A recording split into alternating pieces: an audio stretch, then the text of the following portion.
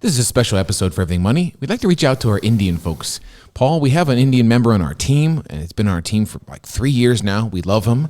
I photograph Indian weddings all the time. I love the culture. I love the people.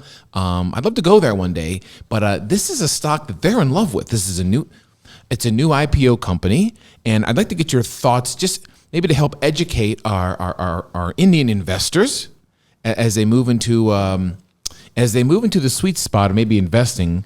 You can still follow some disciplined advice that we may have for you. So we welcome you if this is the first time seeing your video. But Zomato is, Paul, the Indian, in comparison to the United States, it's the Indian Grubhub. It's Uber Eats. They're expecting a long growth. They're expecting a lot of growth when it comes to ordering food and bring it to you. Our editor Rohan was kind enough to give us the insight about, are people in India brand loyal? People are definitely excited about this process. I'm guessing that as their financial status picks up a bit, this is an option, as you know. And India's financial status will grow a lot in the coming decades. Absolutely. So I'd like to get your thoughts in general. Tell our new Indian investors what they should be thinking about when a company IPOs, when there's a lot of potential discussion around the growth of an amazing company, and potentially what they should be thinking about in terms of moving forward. Go ahead, Paul. All right, so guys, first off, if you could follow us on Instagram, that'd be great. It helps us out a lot. So guys, IPOs are tough. IPOs tend to not do very well. For every Google IPO that happens, everybody regrets not doing, then there's the 50 or whatever that went kaput or went terrible. Does that mean you avoid them? I avoid them. I prefer to look at a stable company that has a lot of data that I can enjoy and understand and sit there and see a picture of the past and how they handled things. Okay, Paul, well, let's take a look at the financials. Typically on our show, we use an 8-pillar analysis, look at the financials of a company. How is Zomato doing so far? Our software and YCharts do not have Zomato's financials. We had to go to Google. I went to Google, Googled it, I found moneycontrol.com. One thing that's interesting is they don't have 16 and 17 data here, but in 2015, they did $78 million in revenue, then 371 in 18, 1.1, 2.1, and it dropped to 1.65. Again, COVID probably pulled back a little bit. I have no idea whatever happened there. So their growth is definitely there, but the question is, why did they drop? You have to ask those questions. That's a 20% drop in revenue over 12 months. I'm sorry, they have other revenue here, other income. So total revenue actually went from 388 to 1.85 over the last 4 years. But still a nice drop from 2020. So. Correct. Now, the next thing I'm going to jump to immediately is net income. We always do that in our analysis. So profit and loss for the period. They're losing, right? Insane. Guys, they actually lost just as much money as they brought in revenue. Because you know what? Companies like this need to get market share. How do you get market share? You advertise like crazy. Because if you advertise like crazy, you get the market share. It's harder for somebody to come penetrate your market share, right? That's the issue about these. So you have to be okay with these companies losing lots and lots of money for a lot of years. Look at Uber. Paul, we think the same thing. Uber and even Tesla lost a ton of money for a long, long time. And those are the ones we hear about that work. You might sit there and say, well, yeah, it worked for Uber and Tesla. Great.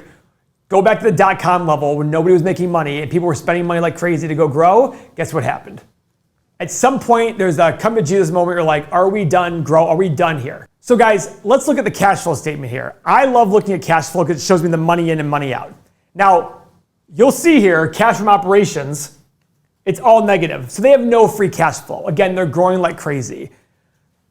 Again, if you believe in the hype and you believe in the excitement and believe in the potential, just remember that every time somebody has losses, it's got to be funded in two ways. Either issuing more shares, which dilutes you as an owner, or taking on debt, which hurts the balance sheet of the company.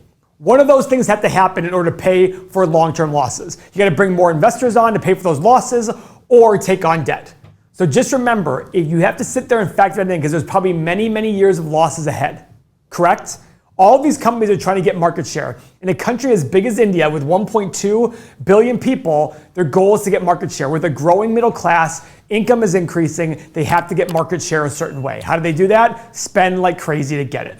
Paul, for our new investors that maybe clicked on this video wanting to just hear that you should be buying this, what is the mindset that a new investor should be having instead of maybe falling prey to the hype that is a new shiny company like this? So one thing though, I will say, their market cap shows $111 billion. Is that dollars? Is that in the currency? Is that India's currency? Rupees? I have to think it's their currency. Okay, so what is that equivalent to today? I don't know. So what is the market cap? So I'm just gonna go to Google. Ready? What is Zomato's market cap? It's amazing what Google can do. It's a $15 billion company then, according to that. Okay, so it's still a lot of money any way you cut it.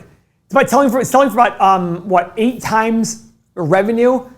Is that terrible? Maybe not, I don't know, I have to compare it. My thought in general, I like to find companies with established cash flow, established profit, or at least the path is there right now. You and some very famous I don't know if you guys have heard of Warren Buffett. They might not have. Yeah, so guys, go look at the best investors all the time. They like to find, they don't invest in IPOs, they don't invest in startups. They find companies with a stable cash flow they can project out in the future. The biggest thing here is you ask me right now, how much could Zomato lose next year? I have no clue. You show me Microsoft though, I could probably look at it and say, hey, you know what? It'll probably make between this and this every year and that range will be pretty tight.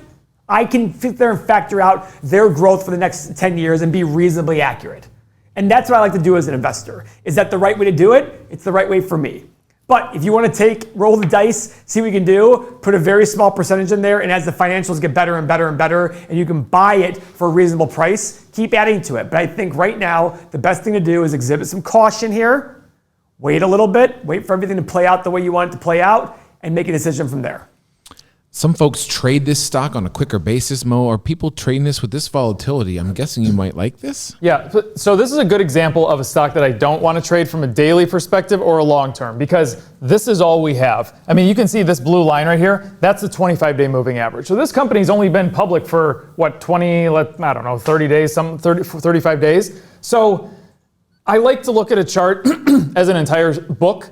And this is maybe giving me the preface or chapter 1 of the book. So I like to have 1 year of data first. Now, what you can do is go over here to a 15-minute chart and trade this to your little heart's desire. So this is just one day. This is today right now. So we can go in there and just trade on engulfing candlesticks, follow your rules of the stochastic being over 80%, under 20% if you want to go short. And if you want to learn about day trading, go and watch the day trading seminar and you'll be able to do this. But this is the perfect kind of company to go and find some volatility on and make money from a 15-minute day trading perspective. Yeah, Mo, this IPO'd in mid-June, actually. So it's been a few months it's been out. Okay. But either way, Mo likes to have a whole sort of storybook. Yeah. And the same thing goes for investing. You're allowed, folks, I know this is a sort of a disciplined approach, but you're allowed to let this company be great and then wait for a great time to buy instead of, if this fluctuation in its early price worries you, it probably should. I would be very cautious about Zomato, but if this kind of thinking resonates with you, and I don't expect it to resonate with everybody,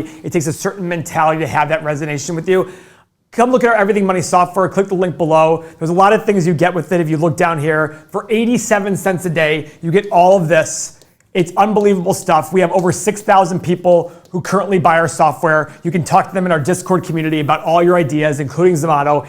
87 cents a day, less than a crappy cup of coffee versus $1.99, $1.99, and $35. And guys, just to show you what you can find on here, here's our software. You can look at, you have the 8 pillars. Look up a company like Google. It'll show you all 8 pillars immediately, all the numbers, income statement, balance sheet, cash flow statement, 8 pillars, but more importantly, stock analyzer tool. Based on your assumptions, it'll tell you exactly what you need to pay for the company to get the return that you desire. It's our tool that's really changed the game for people because it's told them, hey, listen, I have these assumptions about the company, but what does that mean in terms of my returns based on the things you teach me? It does all that, 87 cents a day. I think it'll end up making you hundreds of thousands, if not millions in retirement just by following the right process. If this is the first time you've ever seen us, we welcome you in. Follow our channel and follow our videos. We're certain you'll learn some great things. That's our take. Final thumbs up. I'll be here eating my chaats and mango lassi. How do you know this stuff? Well, weddings? I just love the Indian culture. Oh, listen, we love Indian food. We had it the other night. It's yeah, it was very good. There's a place in Aurora, Ohio that absolutely love it. The weddings are just colorful, joyous celebrations. And so you can go to sethandbeth.com and check out my wedding photos of Indian weddings. So anyway, we'll see you next video. Thanks for watching. See you.